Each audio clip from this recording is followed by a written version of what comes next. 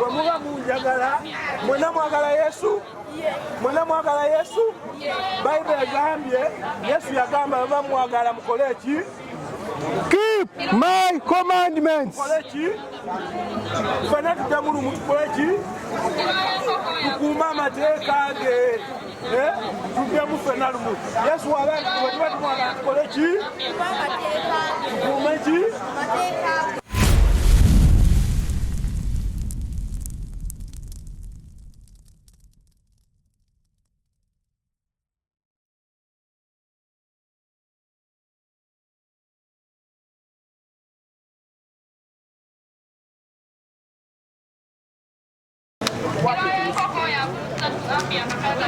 Brown ebalibwa mu kala ki? Brown ebalibwa mu black. Ddamu akagambo ako. And his feet like unto fine brass, Ng'ekigere kye kiringa ekikomo ekiziguddwa as if they burned in a furnace. nga kiringa ekyokyebwa mu muliro. Ani yali alabye ku muceere nga gusiridde? Guba gwa kala ki omuceere nga gusiridde? So n'ebigere bya Yesu byali biddugavu. Nga bwe natunuulira ebigere bya muganda wange ono okiraba kya kala ki? Kya bulaaka eno waggulu wa kala ki? Wa white, wa red oba wa bulaaka? Wa bulaaka. Kiba kitegeeza ono Yesu tayinza kubanga alina ebigere bya bulaaka ng'ate eno waggulu alina feesi ya white. Oba kitegeeza Yesu aba ki? Yesu muki? Yesu muki? Yesu muddugavu. Yesu muki? Tebaddemu balimamu Yesu afaananamu Yesu taliyo. Ono esitaani. Ono esitaani. Owulira? Ono esitaani. Owulira? Bayibuli egamba Yesu musajja muki? Muddugavu. Bamaama mubagambe Yesu musajja muki? Tuddemu ffena kumu. Yesu muki? Yesu muki? That's right. Muki?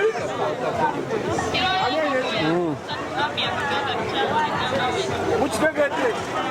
Maama abagamba mwabijjeewa nga mumulaga akapapula kaki? Akapapula kaki? Kano nga mugamba Yesu muddugavu. Maama owulidde? Abaana bagambe Yesu muddugavu si muzungu. Yesu muki? Kale wamaze mulina ebibuuzo katugende ku kirala. So ani amanyi Yesu kyayagala tukole? Nokko abaana abato ani amanyi Yesu kyayagala mumusinza. Yesu tumusinza tutya? Kumwagala nnyo. Kumwagala nnyo. Tutonda n'ateeka mu bwe tuba tumwagala kapapula ka bwe tuba tumwagala kiki bye tulina okukola? Praying, yes, praying, kusaba. Anenga asa endala. Katulabe Yesu byagala tukole. Give me Exodus. Yesu ayagala tukole ebintu bino wammanga. Muwulirize. Yesu ono taliyo. Yesu muwulire ono byayagala tukole ali mu Bayibuli. Wuliriza. John chapter 14 verse 15. If you love me, keep my commandments. Owulira Yesu byagamba bwe muba munjagala mwena mwagala Yesu mwena mwagala Yesu Bayibuli egambye Yesu yagamba baba mwagala mukole ki? Keep my commandments. Mukole ki? Fena tuddemu mutukole ki? Tukuuma amateeka ge tuddemu fena lumu. Yesu waba tuba tumwagala tukole ki? Tukuume ki? So kati tugenda kulaba agamu ku mateeka Yesu gagamba tukole. Omuwulira? Exodus chapter 20 verse 8. Exodus chapter 20 verse 8. Remember the Sabbath day. Yesu ayagala tukuume ki? Tujjukire ki? Remember the Sabbath day. Tujjukire Sabbiiti. Sabbiiti lwe lunaku ki? Sabbiiti lwe lunaku ki? Mbuulira ani? Lwe lunaku lw'okusinzaamu Katonda. Yesu agamba mukole mutya? Remember the Sabbath day. Yesu agamba tujjukire Sabbiiti tukole tutya? To keep it holy. Tugikuume nga ntukuvu. Sabbiiti lunaku ki? Sabbiiti lwe lunaku ki? Twalyogeddeko wano. Sunday, Saturday. Sabbath ye Saturday. Sunday ya sitaani. Ono omusajja yagamba musinze Sunday. Ono ye sitaani. Owulira ono ye sitaani omusireetu. Muwulira Yesu agamba tukuume Sabbath ye nga ntukuvu. Sabbath ye ki? Saturday. Saturday ye Sabbath ya Katonda. Muwulira.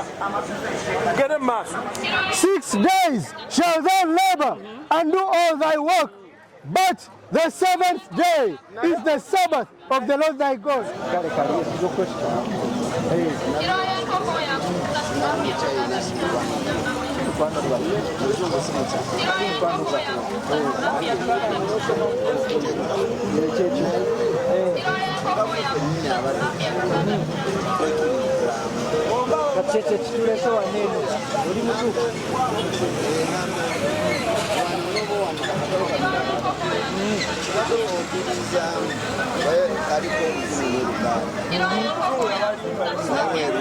Isaiah chapter 28 verses 9 verses 11 and Acts chapter 2.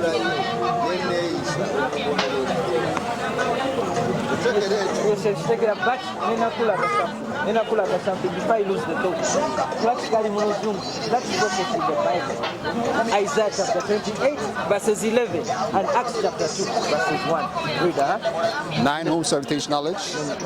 Okay, let's begin from 9. The book of Isaiah chapter 28 and verse 9.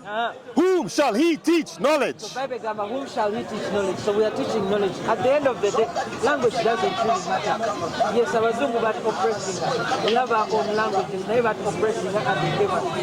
I agree with you, this is their language. But what does the Bible? No Uganda will read, but still alphabet is Ogamba Yahweh, but this is what the Bible says. Reader. And whom shall he make to understand doctrine? So together, the doctrine of the Bible, Them that are weaned from the milk and drawn from the breast. So together, verse 11, main thing 11. Verse 11. For with stammering lips and another tongue. So Bible Gamba, for with stammering lips and another tongue. Remember the direct translation, another tongue. His language, will he what? Will he speak to his people? Will he speak to his people? So this is another language.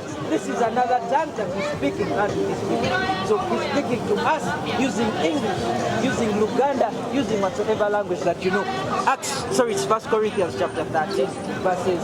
Let me look at it, but it's chapter 13. Whether there be prophecies, where there be tongues, they shall cease.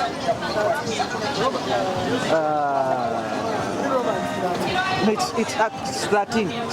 Acts 1 Corinthians. Whether charity never fails. Yeah, here, verse 8. Bible about languages. 1 Corinthians chapter 13 and verse 8. Charity never faileth. So charity never fails. That is the pure love of brethren. Love your brother, love your neighbor as you love yourself. That is charity. But whether there be prophecies. So whether there be prophecies, an example, slavery, being in Africa, that's a prophecy. They shall fail. They shall fail. They shall come to pass. It happened rather than slavery or slavery. Yokes of iron were put on our next street. Whether there be tongues. So whether there be tongues, so tongues is the language. It's the language. Tongues is the language. When you talk like this, they shall what? They shall cease. They shall cease. It shall be no more. Remember, Kakeluzungu, who taking it over.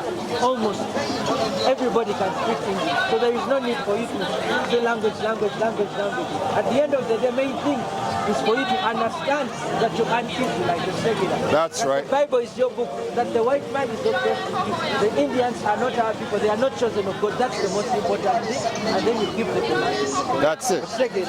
That's the most important thing. You have that question now. Yes, that's very important. You have a question.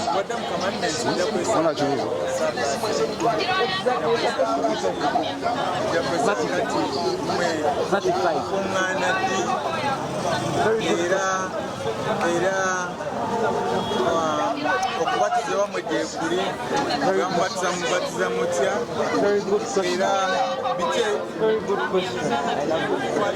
So ngena kulaga Matthew chapter 5 verse 17 pastor. So kansoke kusomere waneno Matthew chapter 5 verse 17. Book of Matthew chapter 5 and verse 17.